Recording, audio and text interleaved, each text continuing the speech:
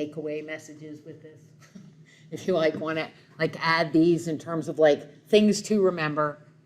So remember, we were talking about reactions are either more favorable or tend to be spontaneous if they have certain conditions. And so in this, the conditions I've got really listed. A reaction is going to be more spontaneous, more favorable, more likely to occur if they release energy, right? And so remember that is a measurement that they call enthalpy. Enthalpy, you can remember it's heat. So enthalpy, the word has an H in it. So if enthalpy is a negative value, that tells you that energy is released. So you can think things that release energy tend to be more spontaneous. The second one, this is talking about order. The more disorder, the more spontaneous a reaction tends to be. And that term is the term that they call entropy. So entropy doesn't have an H in it. So entropy, if it's more disordered, then entropy is actually a positive number. So those two, in combination with temperature, but those two combined are really what make what they call the free energy. And free energy is described as being a delta G, named after Dr. Gibbs, because he was the one that did all the research on it. So that's where the G comes from in delta G.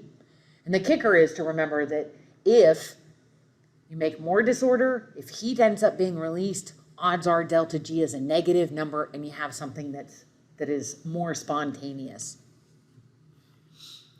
So then we looked at those in terms of well, if I was looking at a sort of an energy change in a reaction, that first one, which shows an exergonic or energy releasing reaction, where A plus B makes C, and A and B have higher energy, C has less. So that means that in the reaction, there is energy released. So I'm going from something that's more reactive to something that's more stable.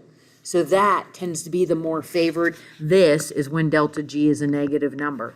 It's more favored because the energy of the products is less than the energy of the reactants. Whereas if I look at the one on the right, where I'm starting with A and B and they're way down here, and in order to make C, I'm going to have to add a lot of energy into the reaction because C has more energy than A and B do.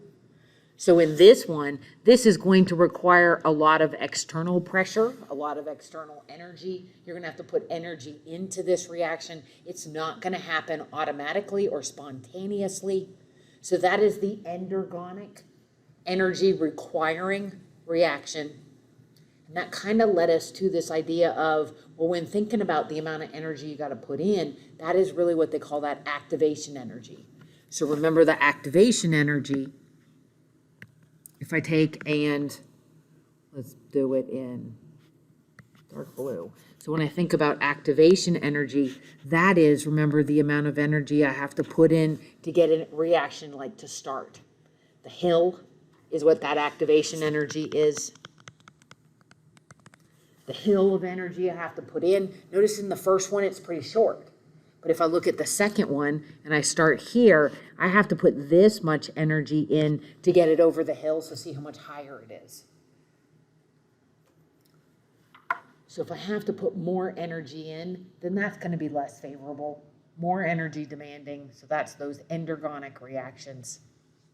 And then also remember they were saying that your activation energy really depends on the orientation that your reactants have to come into and the fact that they actually have to collide.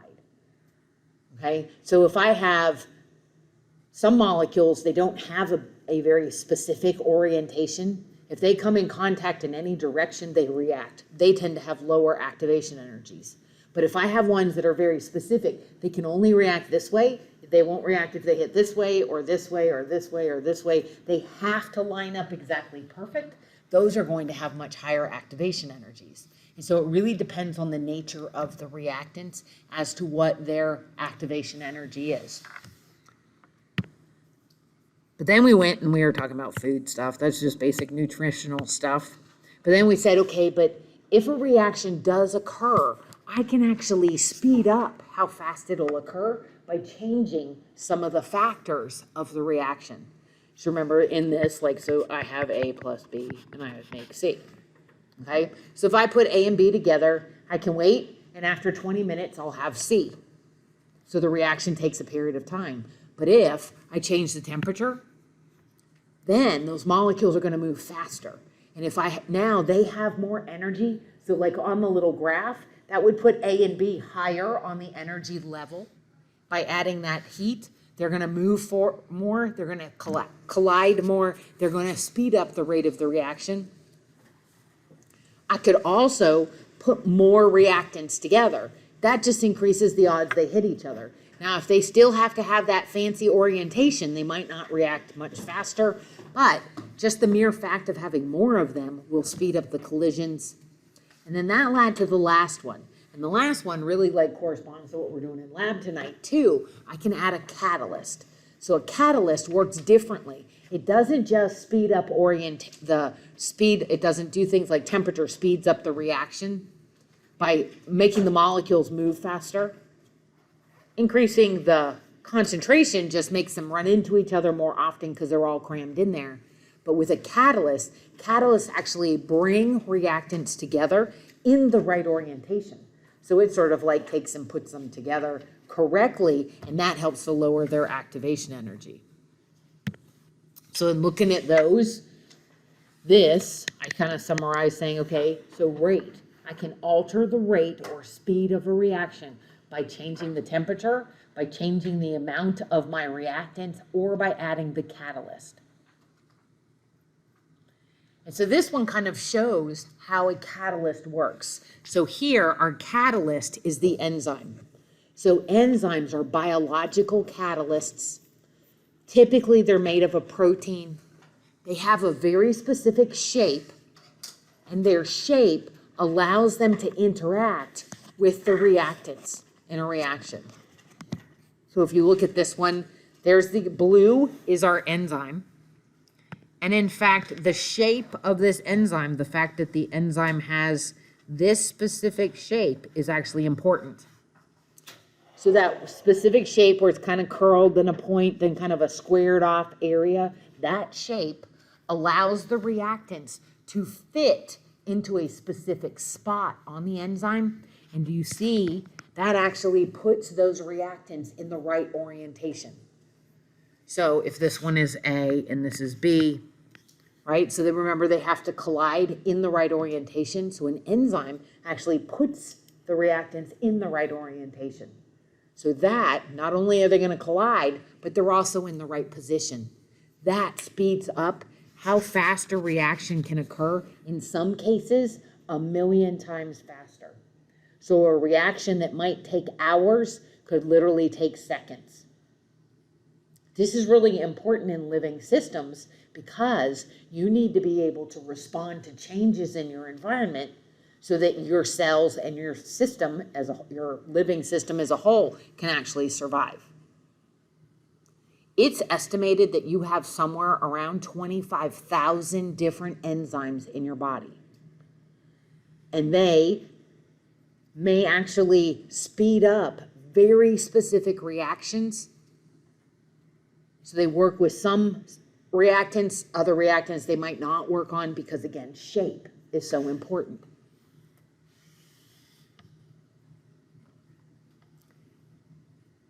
So if we look at this, remember that this is that endergonic. So I said this is when you have a really big activation energy, you have a really big hill. When you add an enzyme, now this activation energy can actually kind of be lower. So it's more like this. So instead of having an activation energy this one's like this first one is with no enzyme. But now if I add an enzyme, because the enzyme brings reactants together in the right orientation to collide, now this is the activation energy with an enzyme.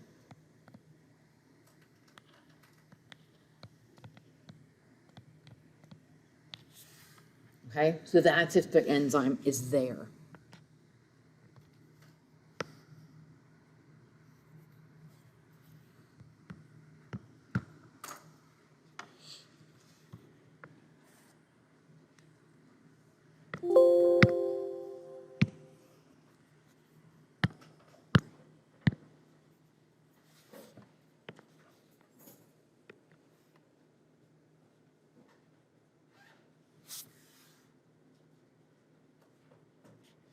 So like I said, in the human body, we have about 25,000 different enzymes.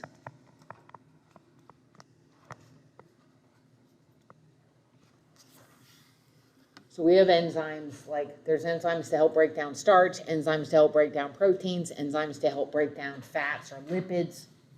Then you have enzymes that help to build proteins, enzymes that help to increase the size of the cell, enzymes that act as transport. So there's lots of different ones, but it's estimated there's about 25,000 different enzymes in the body, but their job is just to speed up reactions. And that way you can change and respond to changes in homeostasis. So if you have a change in your equilibrium and the balances that are occurring inside of the body, enzymes are going to help respond to it very fast. So I kind of look at an enzyme and I think of, because the enzyme, it's its shape that is so important. So in this sort of purple squiggly thing that looks like a laying down E, that's the enzyme. And the shape of the enzyme is critical because the shape of that enzyme is going to allow reactants A and B to come together. So they may bind on the enzyme. In fact, the enzyme can kind of move to push them together and help allow them to form the product. But I drew up on the top, like D and E, they might have a different shape. And so their shape might not fit this enzyme. So there may be a completely different enzyme that corresponds to reacting D and E in order to form F. So that's why they're extremely specific, because it's really shape driven. So I gave you the example in digestion. In your saliva, the saliva that is secreted into your mouth actually has an enzyme called amylase that breaks down starch. So any kind of cracker, bread, cereal, that starts this digestion of this really large molecule into smaller molecules before you ever even swallow. But then in your stomach, you actually have enzymes that are secreted along with hydrochloric acid that are secreted, and they help to start the breakdown of proteins. So different nutrients get broken down by different enzymes, and in many cases, it happens in different parts of the GI tract. So here's what can happen if you don't have certain enzymes. So honestly, if it's a critical enzyme, so enzymes like involved in growth and development, enzymes that might be involved in metabolism, if you have a disease where you don't have those critical enzymes, then the odds are is that you will never make it past the embryonic fetal stage. So many miscarriages are because there's critical enzymes that are missing, so the cells cannot produce enough energy, or the cells cannot grow and develop the way that they need. So in this, a couple of just general examples, you have probably heard of lactose intolerance, okay? Maybe you are lactose intolerant. Lactose intolerance is what people describe that if they eat any kind of milk, dairy product, then they end up with diarrhea, bloating, flatulence, gas, nausea, cramping. All of these negative side effects end up occurring, and it's all because you're missing an enzyme called lactase. This comes from your pancreas. Okay, so your pancreas secretes insulin and does a whole hormone thing, but it primarily is a digestive gland. It secretes large amounts of digestive juices into the small intestine. This enzyme actually takes lactose, which is the sugar that you find in milk, and breaks it in half. So it breaks it into a glucose and a galactose molecule. So it takes a disaccharide and just splits it into two single sugars, and you can absorb those sugars. So it takes lactose and it breaks it into glucose and galactose. That's what this enzyme does.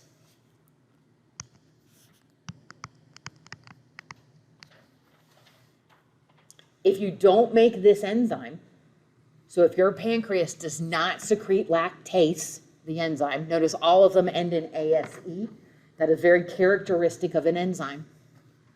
But if your pancreas does not secrete this enzyme, then lactose, which is a disaccharide, so think of it kind of like this, lactose, when you drink milk, goes into your stomach, nothing happens to it. goes into the small intestine, nothing happens to it without this enzyme. So it just keeps going down the small intestine, and eventually it gets into the large intestine.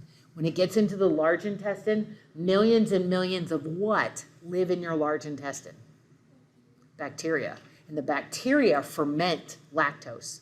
So they are more than happy to break it down, but they make acids and they make gas. And that's what causes all of those characteristics. So irritation of the intestinal wall causes diarrhea, because that's your body's way of trying to flush whatever is irritating. So the byproducts of breakdown of lactose in the lower parts of the small intestine and in the large intestine by bacteria cause all of those negative side effects. So most people that are lactose intolerant avoid dairy in all forms, okay? So because it can be very uncomfortable, and two, very inconvenient, especially when you're like, okay, I feel like my stomach's like this big, like it's like blowed all out, okay? So all of those negative side effects, but for us, we are not bone-eating animals like my dogs, right? So you give your dogs bone and they like gnaw on it. And what are they getting when they do that? Okay? So they're getting some marrow, right? So they're getting some hemopoietic, some bone marrow cells that are there. So they might be getting some iron from that. But what is bone made of? Calcium. So animals that eat bones get calcium when they eat bones, but we don't. In fact, like most of us now, we like deboned chicken. I want to buy a boneless, skinless chicken breast. I don't want to see any bones. I had some students who were like, no, I don't like the bones because it makes me think it's an animal. Well, it's an animal no matter how you go. And how you roll it, girlfriend. It is still an animal. Bone or no bone, it's still an animal. But that means that, like, so if you don't eat bones, then where do we get calcium? So we get calcium from dairy. And so if you are lactose intolerant and you avoid dairy, there are very few other places that you can get large amounts of calcium. You can get small amount in spinach, small amount in some of the other vegetables, but it's like 10 times less than what you would get from any dairy product.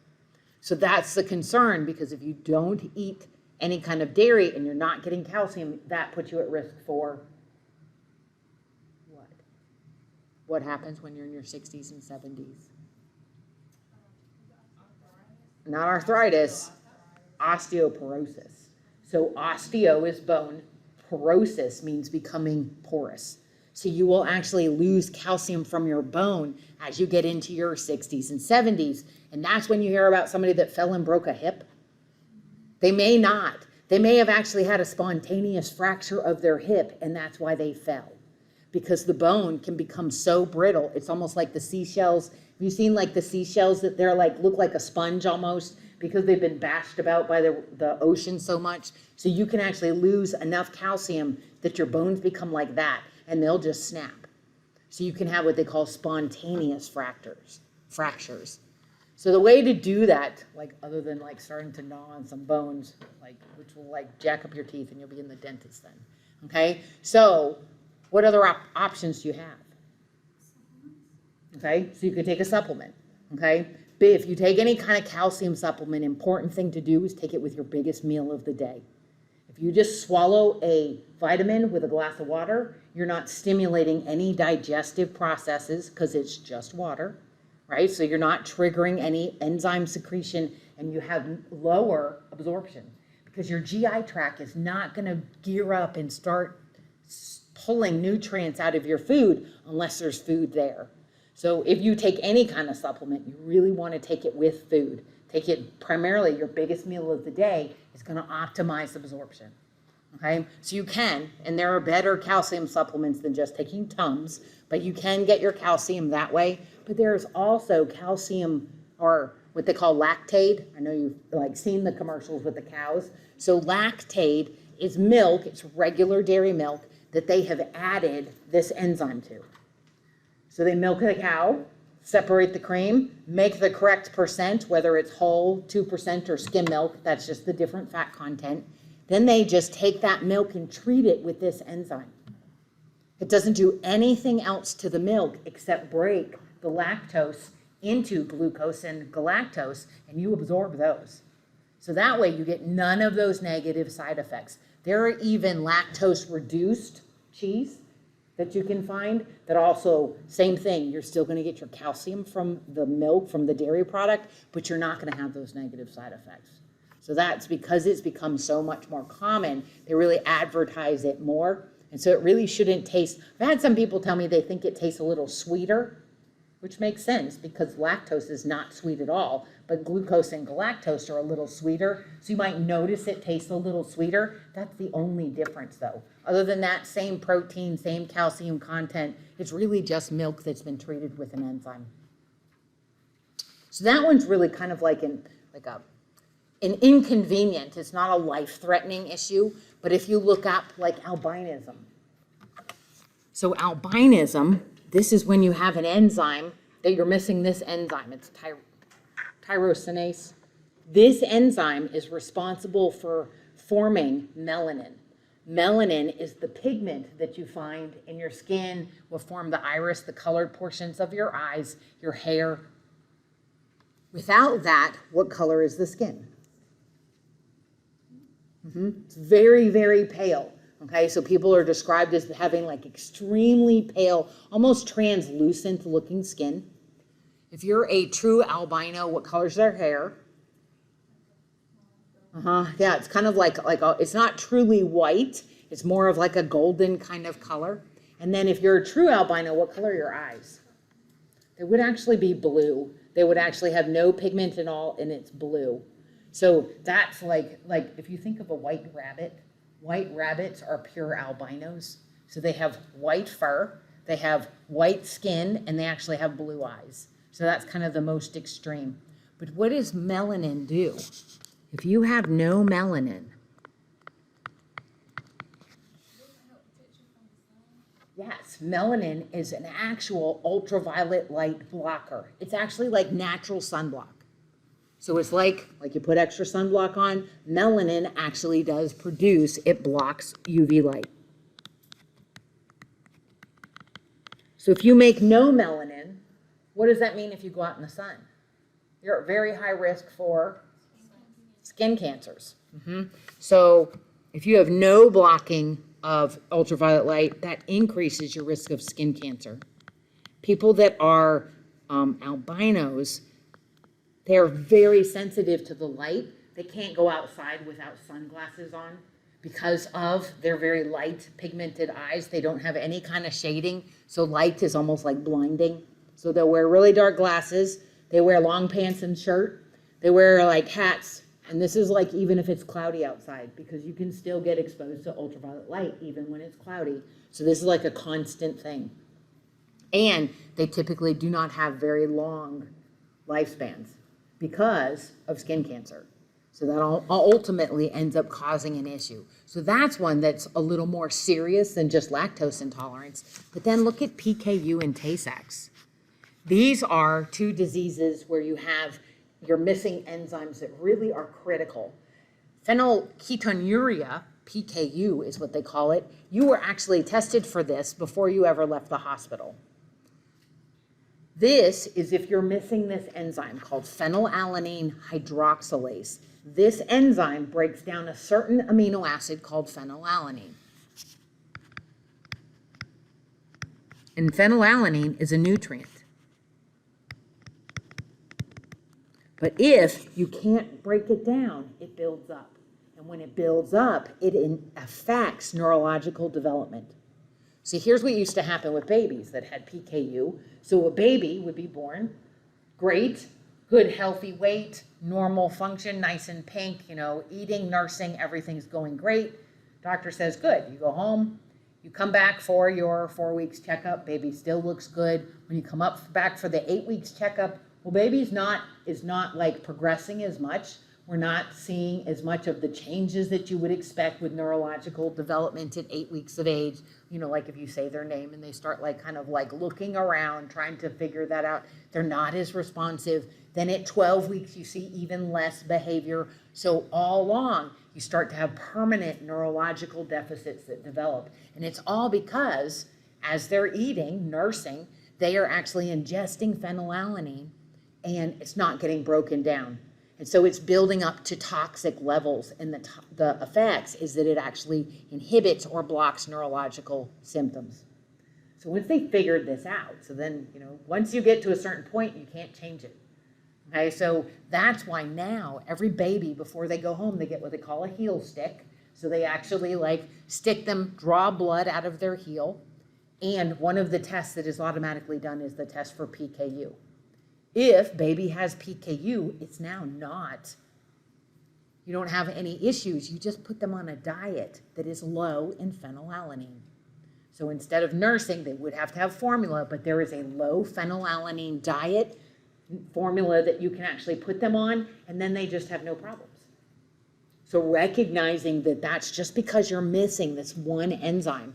Once they reach adulthood, they're still, they still have to limit phenylalanine, so they limit, it's an amino acid, so they limit certain proteins that they eat, and that helps to reduce it. And if you've ever had a Diet Coke, so Diet Coke has NutraSweet in it, and NutraSweet, which is it's equal, right? NutraSweet is equal, not Splenda, so it's equal. So if you look on those packets, equal is part phenylalanine and part another amino acid, and so it'll actually have a warning for anybody that has this disease.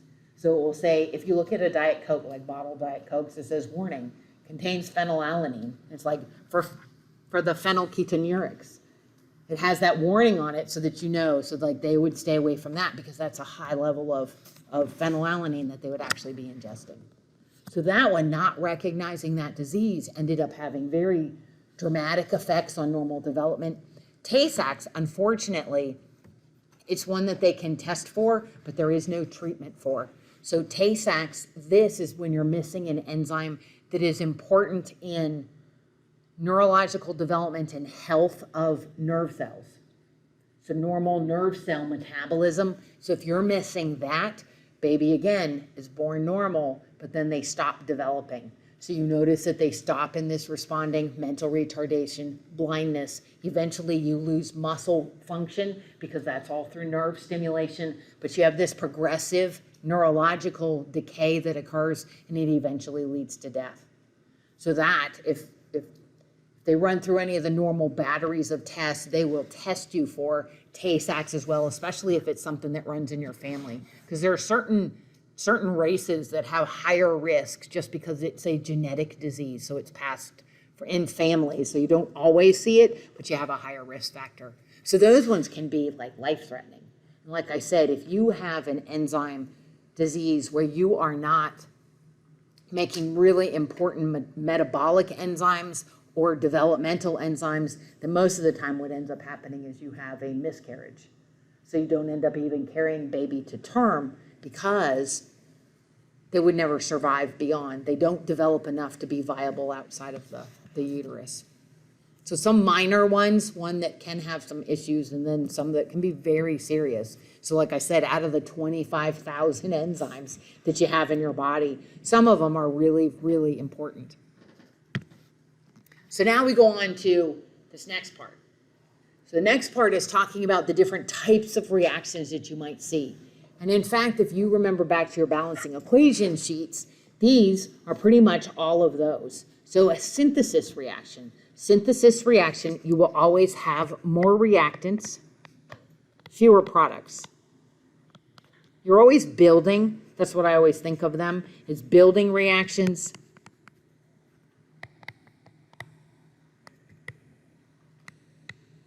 Like the examples that I gave you, if you take A and B and you make C, okay? A and B are going to combine. We're going to have fewer products. That is a synthesis reaction. These usually require energy, because here we're making bonds, right? So we have these two things. To be able to connect them, we're going to have to build a bond. Decomposition is like the opposite. So decomposition is like breakdown reactions. And in fact, when I think of decomposition, I think of something falling apart. Like things decomposing is like falling into pieces. So I have fewer reactants, more products.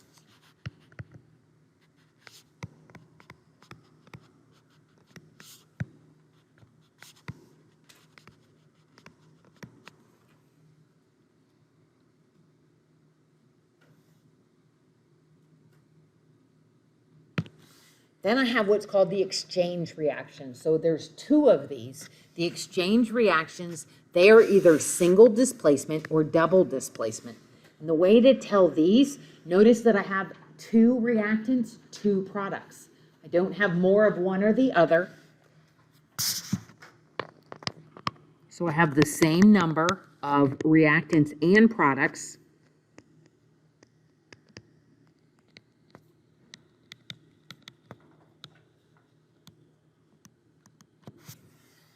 Same number of reactants and products. In single displacement, I have a compound and an element. So see AB? So AB is a compound. So I have element A and element B, like NaCl. So that's a compound, but then C is just going to be an element. Okay, so that could just be potassium or it could just be oxygen. So a compound and an element, do you see why it's a single displacement? So what ends up happening is that C comes and takes the place of A. So it's sort of a single swap that occurs. C comes in and bumps A off and becomes part of the compound.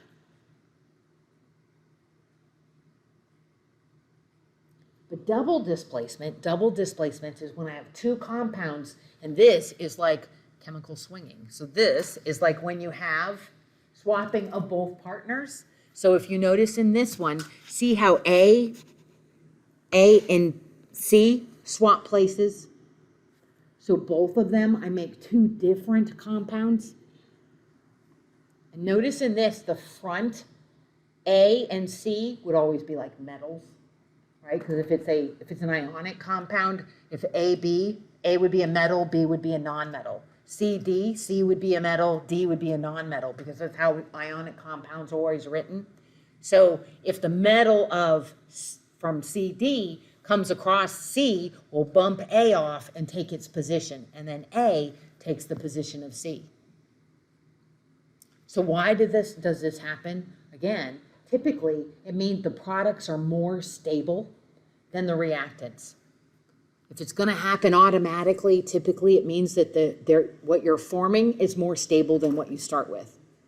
That's really the big spur. Otherwise, you got to add a lot of heat, right? So otherwise, you got to add a lot of heat in order to force this reaction to occur. So now, let's look at these. So you look at these and you tell me. You don't have to balance them, although you'll have to balance them on a test, but you don't have to balance them here. So if you're looking at these, all you're looking at is how many reactants, how many products. If I have more of one or the other, then it's synthesis or decomposition. If I have equal numbers of both, then it's one of the exchange. So what's the first one?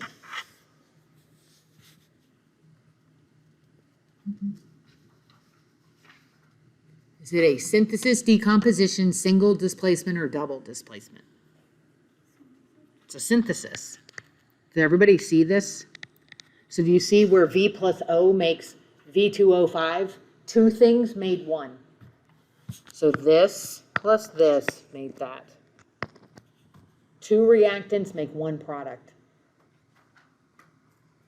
So remember, the arrow is always what separates. So I'm doing a synthesis because I'm combining two reactants into one product. What about the second one? BaCl plus Na2SO4 reacts to form BaSO4 and NaCl.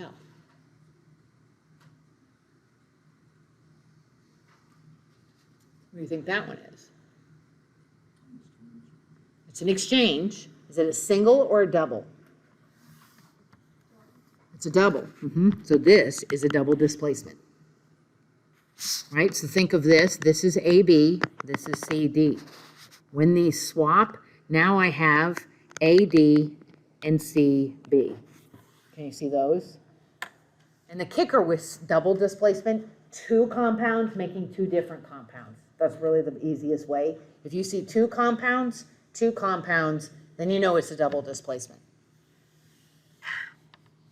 What about the next one? Al2CO33 forms Al2O3 and CO2. Decomposition. Can you see that? So I start with this one thing and I make two things. So remember, the arrow is what splits. The arrow splits what I'm starting with and what I'm ending with. This is decomposition.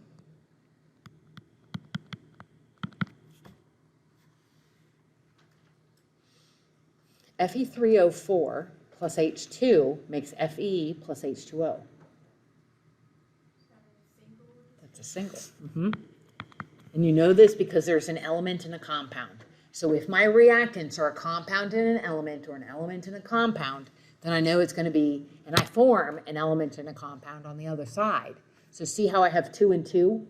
2 reactants, 2 products. So here's 1, 2, 1, 2. 2 reactants, 2 products. There's my arrow, because remember the arrow is what splits them. If there's an element in a compound on either side, I know it's single displacement. Mg plus N2 makes Mg3N2. What's that? There's your arrow. That's what, It's a synthesis. Right, so I make Mg3N2. Cl2 plus H2O makes HCl and O2.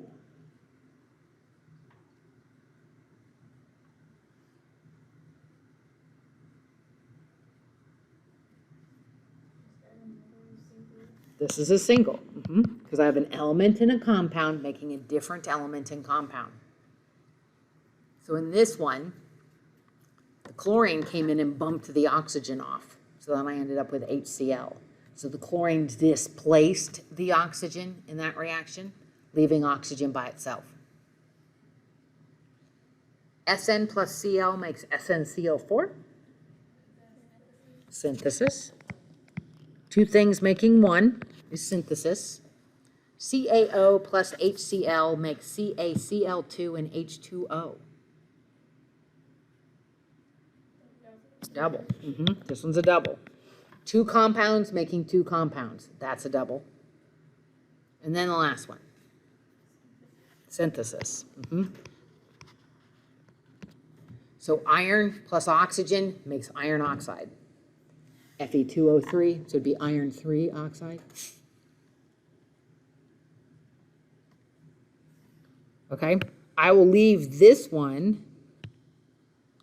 Where are you? I'll leave this one. This is like the next page of them, so you can see if you can answer those ones. So there's like 10 there. Just identify them as single, double displacements, or if they're a synthesis or a decomposition. So we'll do those ones next time. So you may have seen a reaction where it looks like this, A plus B, and then you see an arrow that looks like this. So I can't do an arrow that looks like that because they don't have that font in PowerPoint or Microsoft Office. So the closest I can do is this. So an arrow looking like it's going both directions, or an arrow where it looks like a half an arrow one direction, a half an arrow the other direction. That's the same thing. That is a reversible reaction. So you know when you burn wood, it's not reversible. Okay, so when you light wood, it burns, releases a lot of heat, but once it's gone, right? All that's left is ash.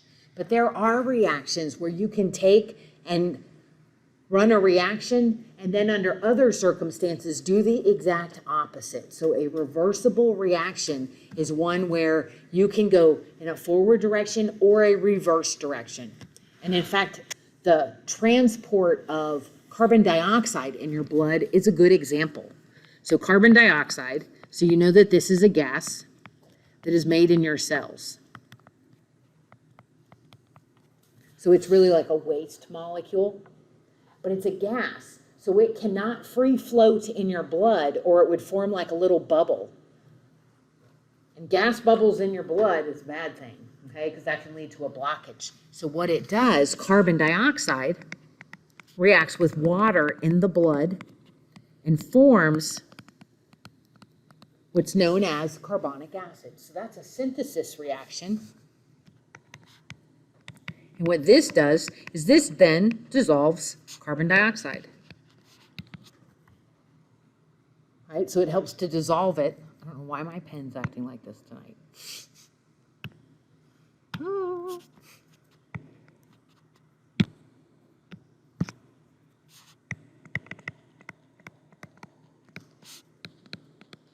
Maybe I need a different color. That doesn't make any sense at all. Okay? But, so carbonic acid is now dissolved. So now it's a liquid, or it's really aqueous. So this was a gas. Water in your blood's a liquid, but now this is aqueous, which is good. So it means it stays dissolved. And it then travels back to your lungs, and in your lungs, this happens. That's aqueous. It breaks down into carbon dioxide, the gas, and water, which is a liquid.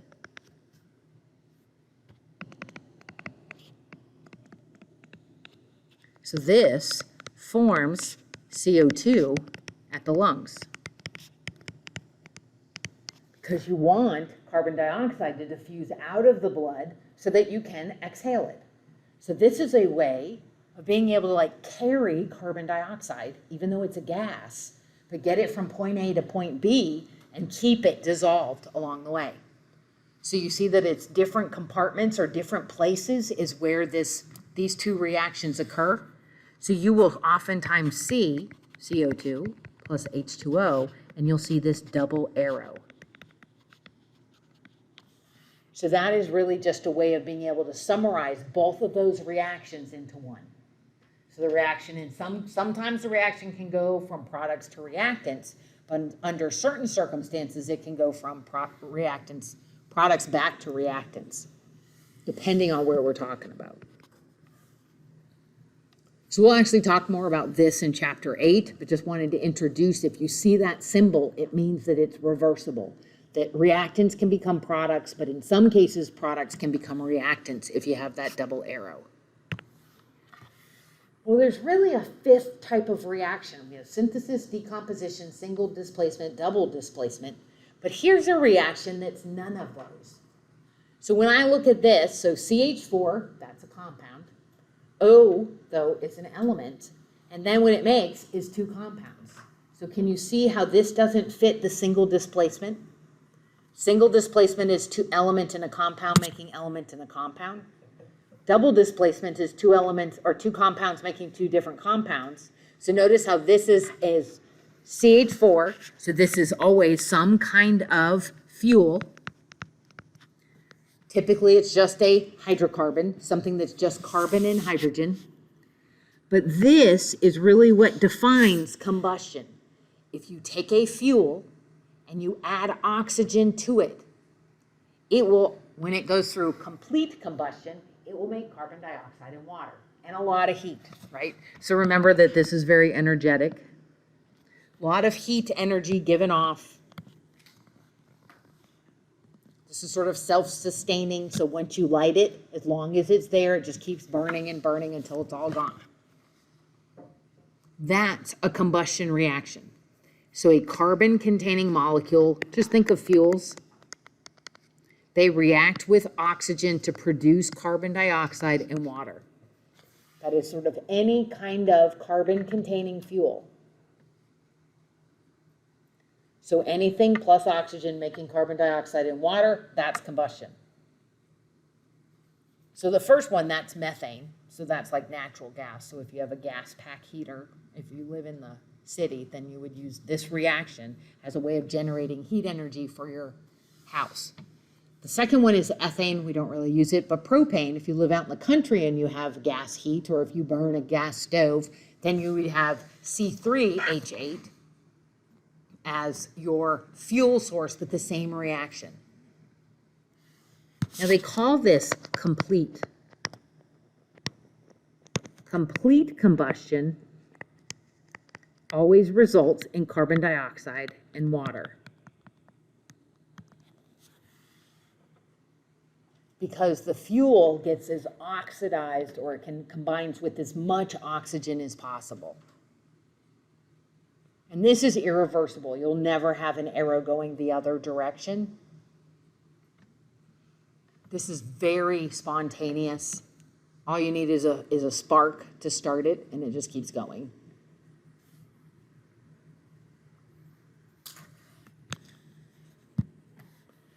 But then you can have the occurrence of what they call incomplete combustion.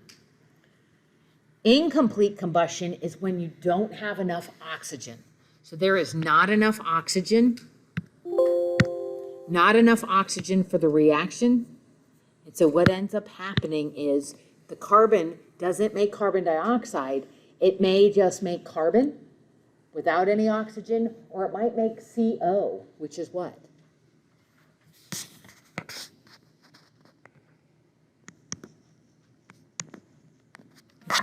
Carbon monoxide, right? So remember CO. So if you have C, that's carbon.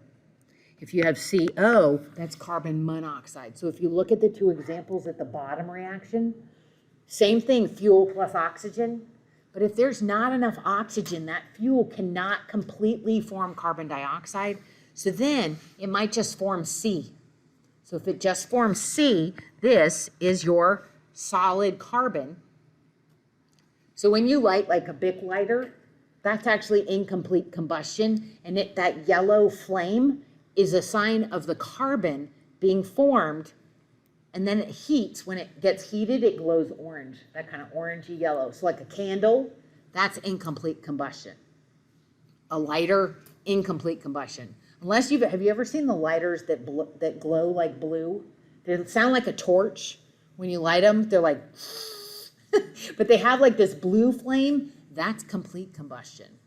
So that's why it doesn't make that yellow color. If you've ever had a gas stove or seen someone turn on a gas stove, it's never yellow. It's what color? It's blue. So the blue is an indication of complete combustion. So it is making carbon dioxide and water. But if you have the yellow, then that tells you that it might be like if you have a gas stove and you have that yellow, that could be an indication you need to get the jets. You need to get the ring where the gas comes out, have it cleaned, because it may not be mixing the gas and fuel ratio correctly. The problem with people having any kind of fuel source and having incomplete combustion is carbon tends to build up. So when carbon builds up, if it's your house and you're like burning wood, that's always incomplete combustion, right? So like your fireplace is always like the yellow flame. It doesn't have like a blue flame, it has a yellow flame. That means that it's incomplete combustion and that there's carbon that's being formed. Carbon can then collect in the chimney, and that underneath picture can show what can happen. So I always think it's almost like you start to form charcoal briquettes inside of your chimney. And eventually there'll be enough carbon when your fire gets hot enough, all of that carbon can ignite and burn just like charcoal does, and that can lead to a chimney fire. So chimney fires are a problem because the bricks will get so hot that it'll actually ignite the timbers in the roof. And if you go on YouTube and you just Google chimney fires, there's lots of interesting ones where you're like big flames shooting up out of people's chimneys. So when everybody used to burn coal and used to burn wood, you used to have people that were chimney sweeps, and chimney sweeps would go and clean your chimney every year. So they had like this scrub brush that was like as wide as your chimney, and they would push it down in and like knock all that carbon loose and then clean it off.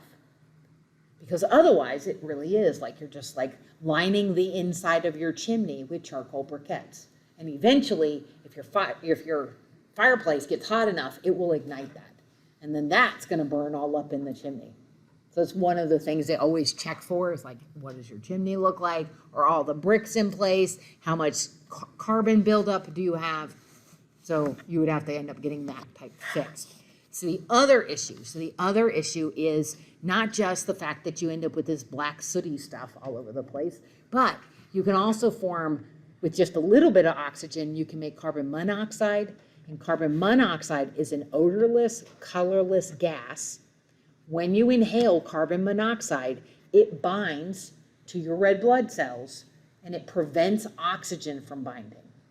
So most of the time when carbon monoxide is formed, it's not formed in large amounts. It's formed in small amounts. So you only inhale a little bit so you don't start choking. You don't start feeling like you can't breathe because it's small amounts. Some of the oxygen's coming in, but a little carbon monoxide. But carbon monoxide binds to your red blood cells better than oxygen. So if you inhale 10 molecules of carbon monoxide, they're going to bind to your red blood cells and stay there. And so then you inhale 10 more. They stay. So over hours, the thing they describe people that end up like having carbon monoxide poisoning is, well, I just got kind of tired. So your oxygen levels start to go down slowly as carbon monoxide levels go up. And so now you don't have as much oxygen in your blood, so you're described as feeling very tired, lethargic. You may pass out. Well, if you pass out, are you going to leave the area? No.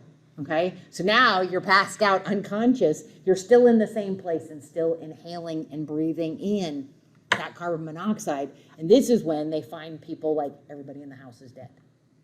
Okay? It's because if your heater is not working efficiently, if you have like a leak in the exhaust for your house heating, you can have this slow buildup. And I'll tell you, people think, well, that would never happen to me. So this, I don't actually have ones from this year. All I'd have to do is Google this. But these are all from 2021. Okay, so this isn't like something that like, oh, this never happens. So this one, 2 women die in apparent carbon monoxide leak in Little Village home in Chicago.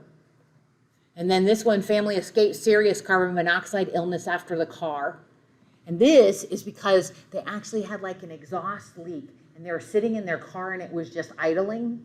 And so there was actually carbon monoxide instead of going out the tailpipe. Some of it was leaking into the car.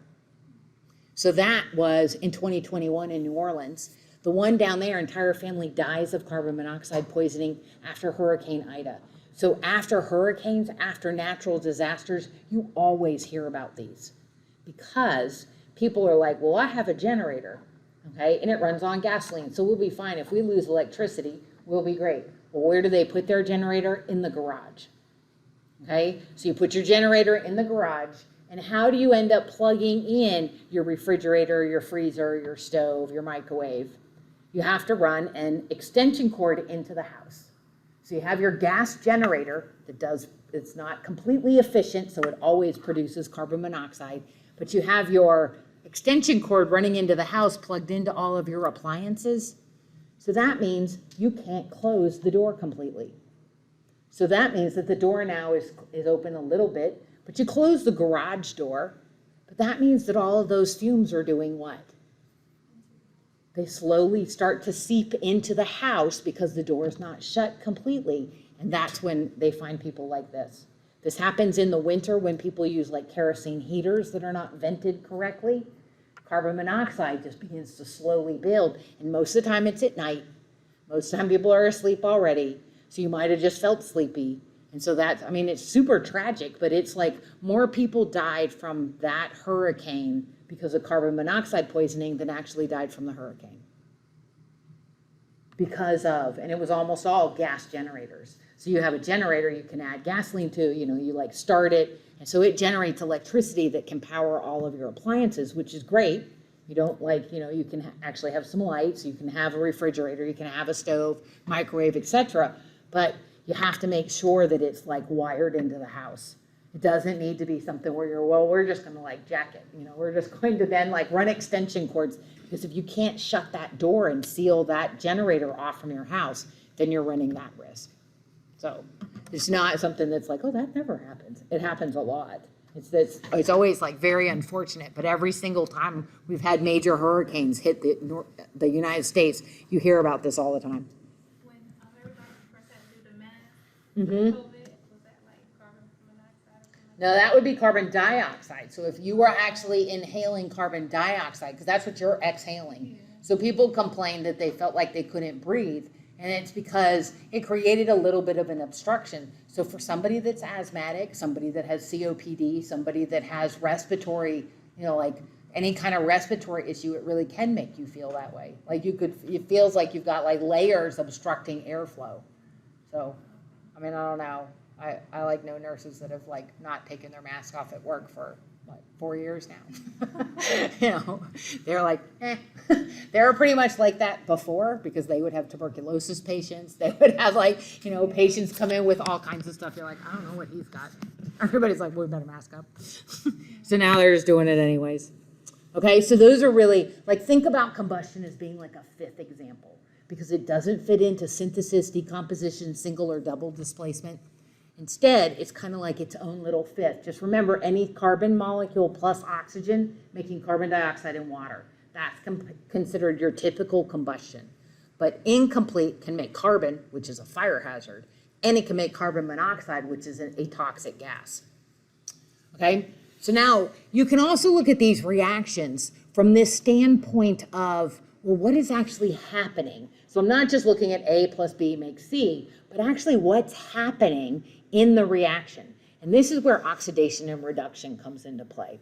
So oxidation and reduction can be because of the swapping of electrons, swapping of hydrogen, or swapping of oxygen between reactants to form a product. So here's one example. So in this one, best example, Na plus Cl, right? So when sodium chloride forms, sodium loses its electron, the chlorine gains it, right? So you remember in the ionic compounds, this is always the metal, this is the nonmetal, and they end up forming an ionic compound.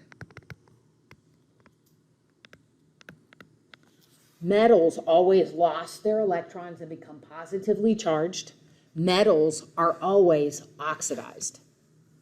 So in here, they say the metal gets oxidized.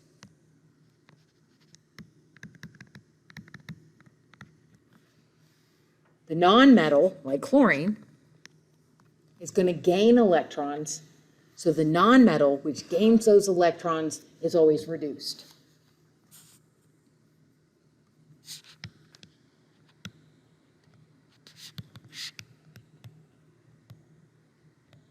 So you could say the nonmetal is reduced or the nonmetal undergoes reduction. Either one's exactly the same. Either one's fine.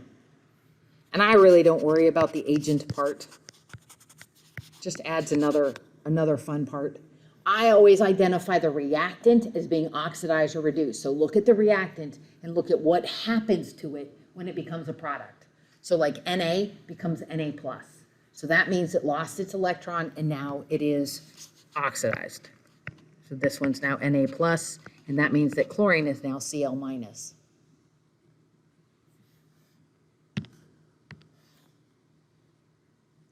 So if you see an ionic compound, the metal is oxidized, the nonmetal is reduced.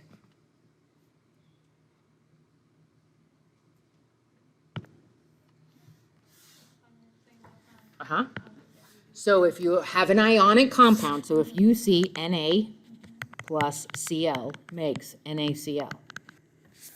Okay? So I know that sodium ends up being positively charged, the chlorine ends up negative. Here, it has no charge, right? So if it's just sodium, like sodium metal on the periodic table, it doesn't have a charge. But in order for it to be stable, remember it's not stable at all, sodium metal is like explosively reactive, it gives up its electron. So that's why it ends up being positively charged.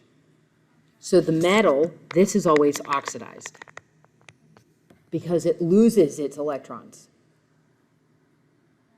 Chlorine gains the electron and becomes negatively charged, so you say that chlorine is reduced. Okay? So you can say loss of electrons is always oxidation. Or oxidized. And so there's like a mnemonic for that. So loss of electrons is oxidation. So Leo. Loss of electrons is oxidation. L-E-O. Loss of electrons means oxidation. On the other side of the coin is the reduction. So they say that gain of electrons, that is reduction. So it's GER. The way that I learned this when I first learned this in chemistry was Leo the lion goes GER. So G-E-R, gain of electrons is reduction. Loss of electrons is oxidation. So you can remember L-E-O and G-E-R. Loss of electrons is oxidized. And it's metals. Metals are always oxidized. Okay, so that's another way to remember. When you have an ionic compound, metals are always oxidized, nonmetals are always reduced. Because metals always lose their electrons, so they get oxidized. Nonmetals are always going to gain electrons and become negatively charged, so they're always reduced. So that's one. So the second criteria. So like I said in this one,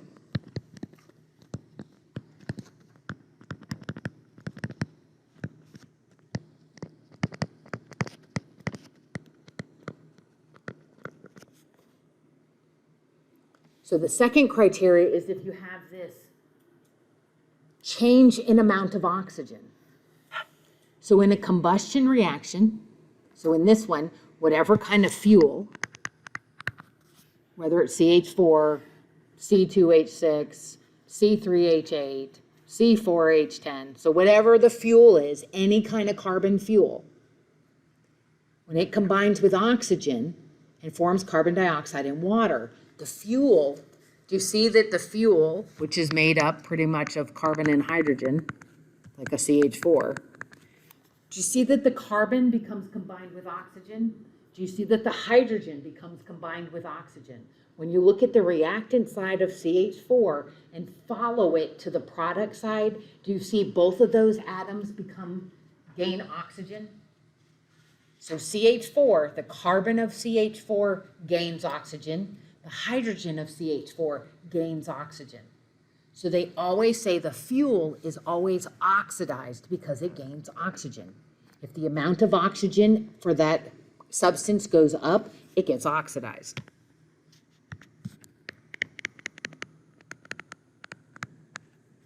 So both carbon and hydrogen in a fuel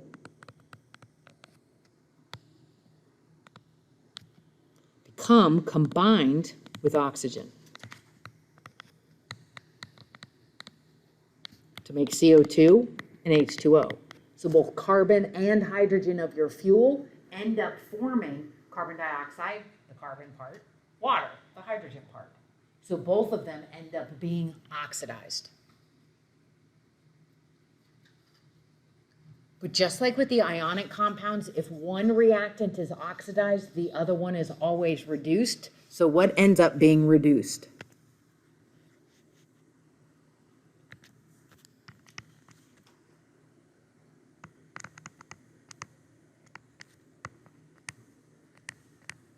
If oxygen is a reactant, it supplies oxygen to the fuel. So that's like the source of being oxidized. So it is always, if oxygen is a reactant, it's always reduced.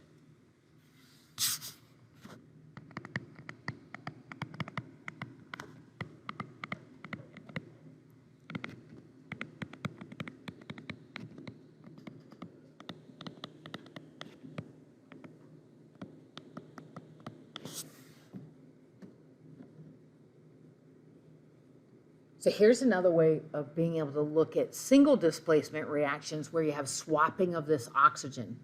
So if I have oxygen on one reactant and it gets swapped over to the other reactant in the reaction, the one that gains oxygen is oxidized. The one that loses oxygen is reduced. So if I have X and Y, and those are just random, like they're not an element, I just added them in. So I have XO and I have Y. And then on the product side, Y now has the O, and then there's X. So what happened to X? It gets reduced. Do you see that it lost its oxygen? So it's XO, and on the product side, it's only X. So it lost oxygen. Then what happened to the Y? So that means it is oxidized.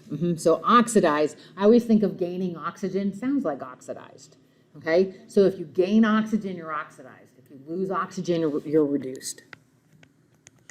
So this gains oxygen. So this is oxidized. Notice that I always identify the reactant as oxidized or reduced. So it's always on the left side is how you identify them. You have to look at the product side, but it's always the reactants that you say what happened to them in the reaction. Last one.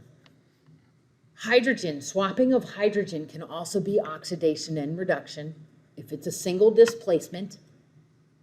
So in this, so notice I have HX and I have Y.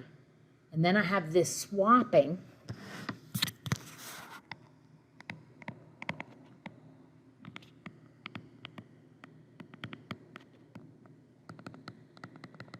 If I have this swapping of hydrogen,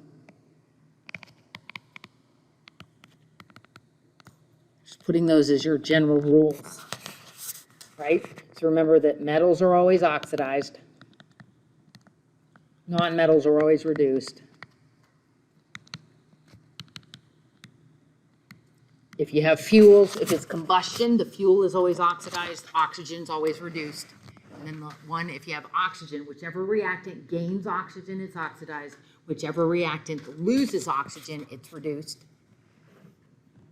Now here's the last one. So in this one with hydrogen, hydrogen is kind of like the opposite of oxygen. So the reactant that gains hydrogen is reduced.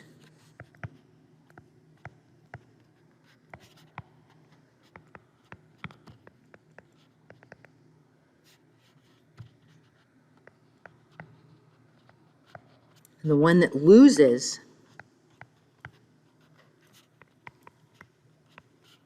is hydrogen gets oxidized.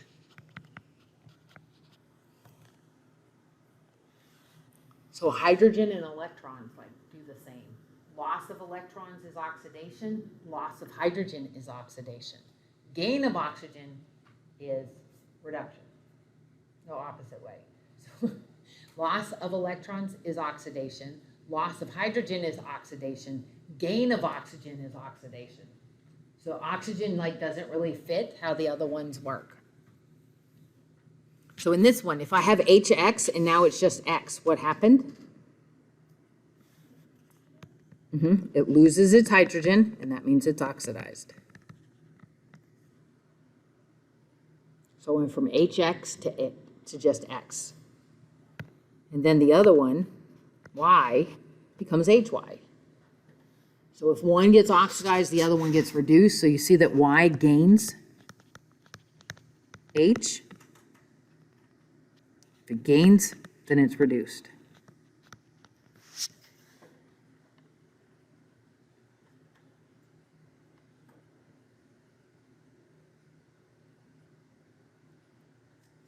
So those are sort of like the general rules for them. Now, if you're looking at reactions, so if we're going to look at reactions, just do a couple of examples. We'll do some more next time. Okay? So like this one. So I have V plus O2 makes V2O5. So one, it's a synthesis reaction. So if it's a synthesis reaction, it can't be combustion. If it's a synthesis reaction, then you're looking to see, is it a metal and a non-metal? So find V on the periodic table. You see that V, this is a metal. So if you see a synthesis reaction, it's almost always going to be some kind of ionic compound. If we're talking about oxidation reduction, you're not going to see any other ones. So metals do what? What happens to a metal when they make an ionic compound? They always lose electrons. So that means that they are oxidized, right? Because LEO. Oxidized. So O2 is the nonmetal, and it is going to gain electrons. That means that it's reduced. So if you see a synthesis reaction and you're trying to figure out if it's oxidation reduction, if it's an ionic compound, then it is. Metal gets oxidized, non-metal gets reduced. Okay, so then what about this one? What is this reaction? What kind of reaction is this? So there's synthesis, decomposition, single displacement, double displacement, or combustion.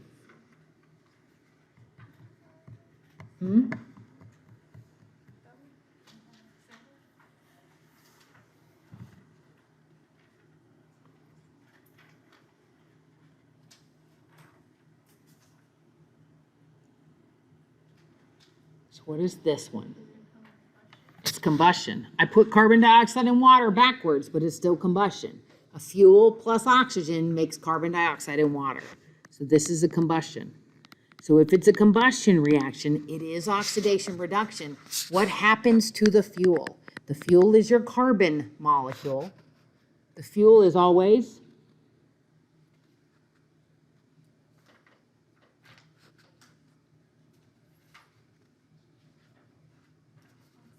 it gets oxidized. And then what happens to the oxygen? It gets reduced.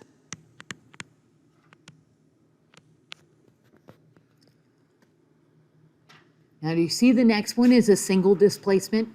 An element plus a compound makes a different element in a compound. So this is a single displacement. So this means you're looking for, is there a swapping of hydrogen or a swapping of oxygen? So what happens in this one? There's a swapping of what? Oxygen, okay? So looking at Fe3O4, what happens to it? So the iron loses. So that means it is what? Nope, if it loses oxygen, so remember this is reduction. And then the H, so what happens? It becomes H2O. So you see that it gains oxygen. That's reduced. Notice again, I'm always looking, I'm identifying the reactant as being oxidized or reduced. I have to look at the product, but you're always talking about what happens to the reactant. Oh, I just wrote reduced twice, sorry. This is oxidized. One gets oxidized, the other gets reduced. So then looking at this last one, do you see this is a single displacement too? I have an element in a compound making a different element in compound. So what happens to NH3?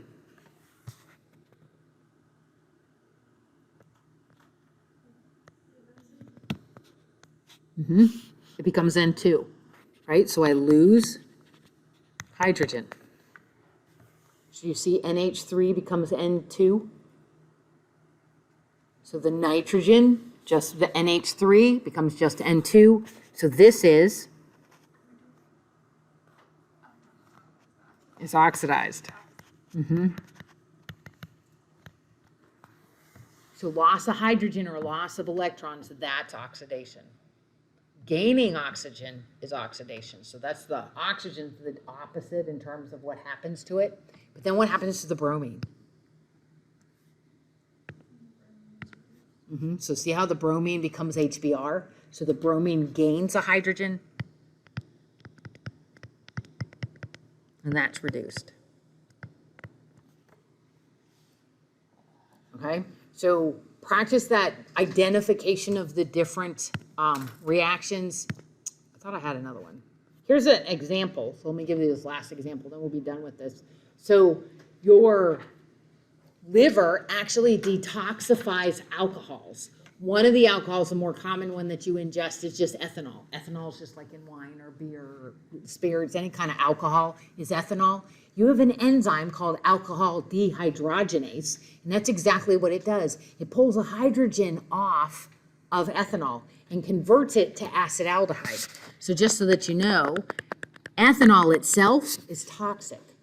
Exposure, prolonged exposure of ethanol to your liver cells can cause them to die.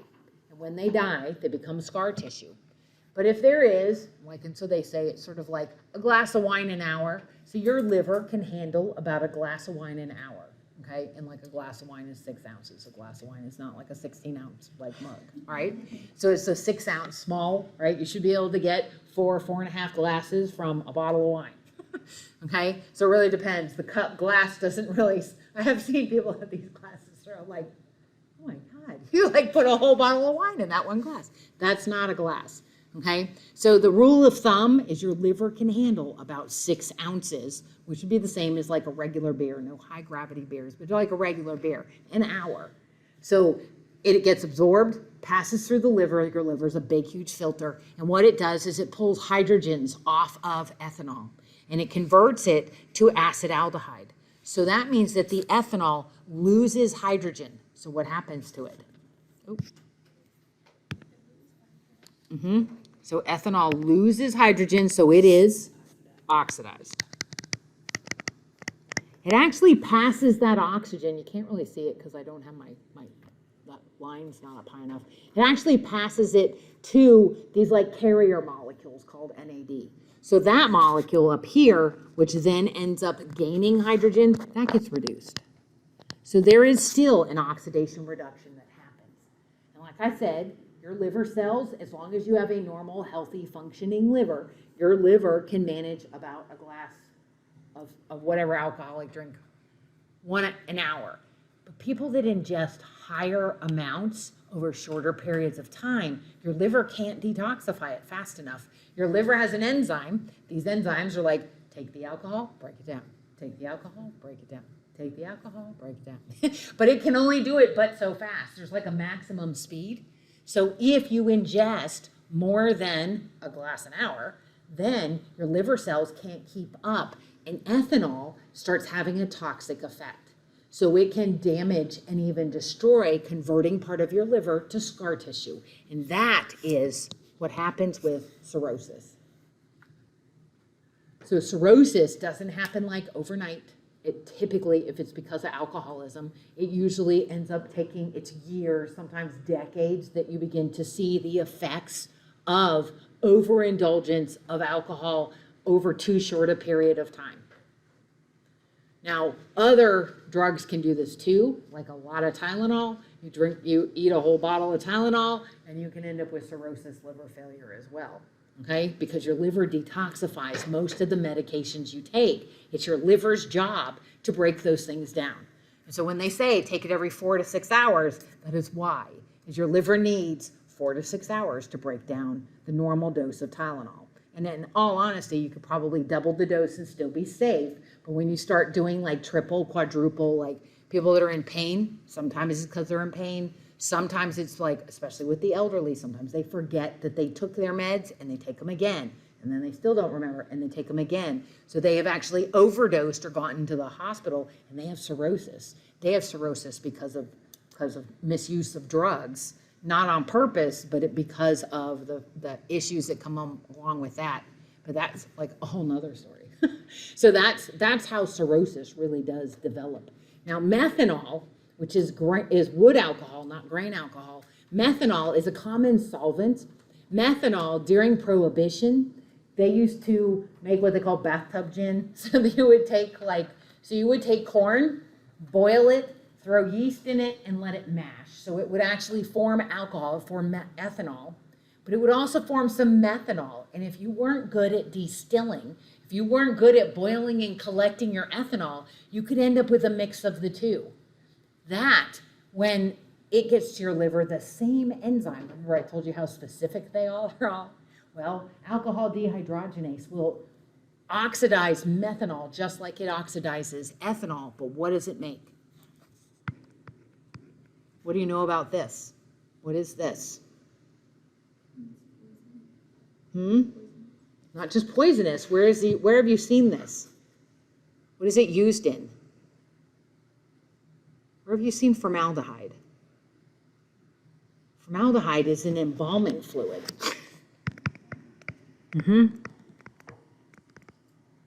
So, people that would like make the bathtub gin that would actually had stills out in the woods, like Johnson County. Some areas around here were really notorious for the bootlegging that went on during Prohibition in the 1920s. They outlawed alcohol. So then everybody just starts making it at home.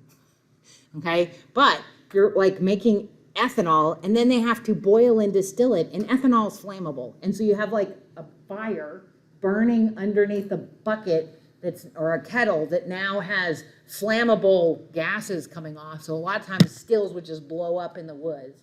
So you'd hear like boom in the woods. So that was commonly occurred. But if you don't control how hot it gets, you could end up distilling ethanol and methanol in your hooch that you would make to sell to make some extra money.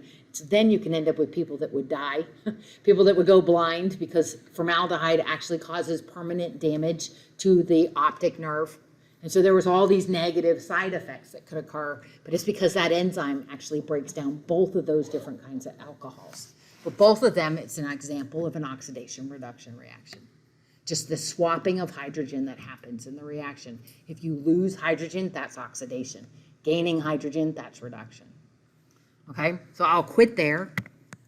We will pick up. So next time, like I said, so here's the example we'll do, and we'll go through and do oxidation and reduction of these ones. I knew I had another slide of examples. And then we're going to just talk about the common organic reactions. This is the last part of this chapter. So we should be able to start carbohydrates on Monday night.